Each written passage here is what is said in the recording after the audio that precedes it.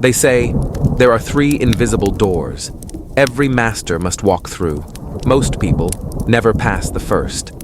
In the old world of Japan, where warriors trained not just their hands, but their spirit, there existed a hidden code, a path that shaped every true artist, swordsman, and monk.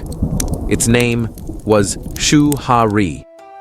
The first stage teaches obedience, the second rebellion, but the final stage is freedom. Few ever reach it. This is the forgotten path of mastery, the way of Shuhari. Shu means to obey, to protect, and to preserve. In this first stage, the student does not seek to create, he seeks to understand.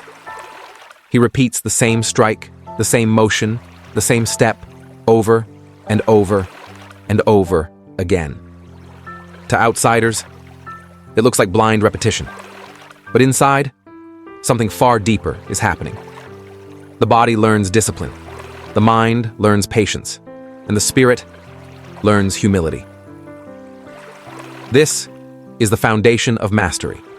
You cannot transcend the rules until you have lived inside them. But in a world that worships shortcuts, very few are willing to stay in Shu. They want to skip the struggle. They want freedom before obedience. But the truth is simple.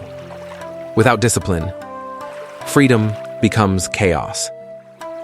The samurai knew this, so they bowed, they listened, they followed the way, until the way became part of them. And only then could they move to the next stage. Ha means to break, to detach. After years of obedience, the student begins to question, not out of arrogance, but out of understanding. He starts to see the gaps between movements. He starts to feel the rhythm behind the rules. He realizes the form was never the goal, it was the language. In Ha, the student learns to speak that language in his own voice. He bends the rules, he experiments, he fails, he learns.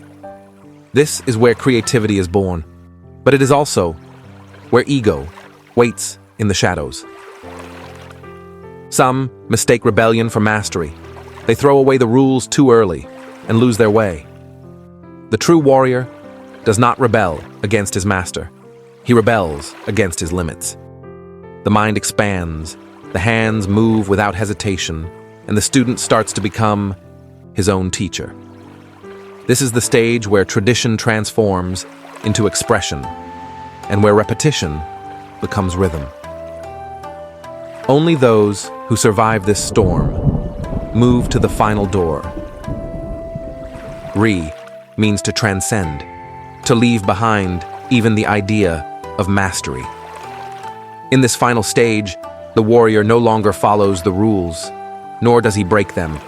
He has become the rule itself. Every motion is effortless. Every strike is truth. There is no thought, no hesitation, no doubt.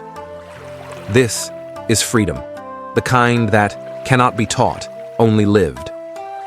When the master lifts his sword, it is not an act of aggression, it is an act of harmony.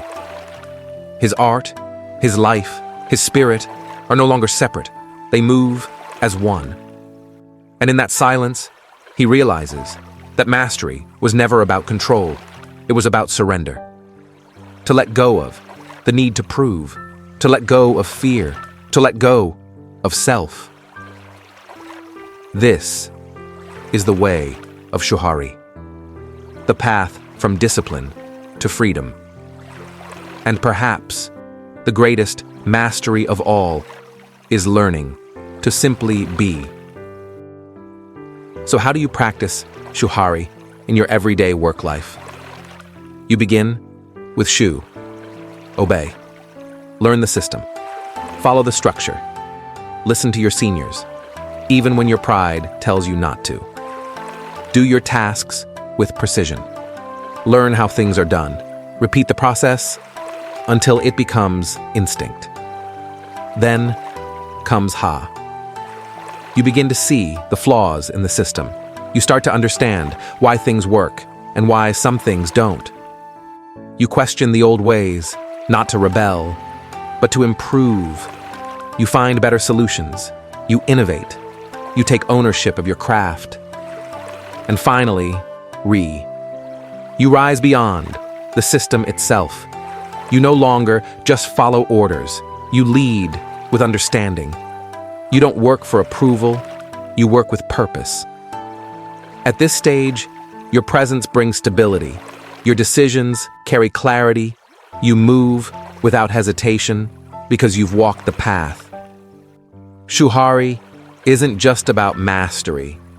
It's about becoming someone whose work speaks truth. In the end, Shuhari is not just about martial arts or ancient Japan. It's about the rhythm of mastery that lives inside everything we do. Shu, learn with humility. Ha, question with courage. Ri, create with freedom. Whether you're building a business, learning a craft, or mastering yourself, the path is the same. First, you follow the form. Then, you break it. And finally, you become it. Most people never reach Ri. They stop at imitation or get lost in rebellion.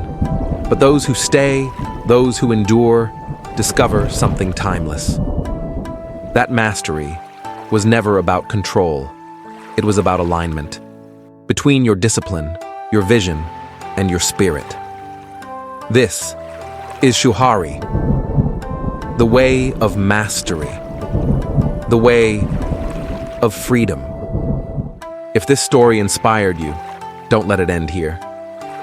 Share it with someone who's chasing mastery too. Hit like if the message spoke to your spirit. And subscribe to Echoes of Wisdom to keep walking this path of discipline and freedom together.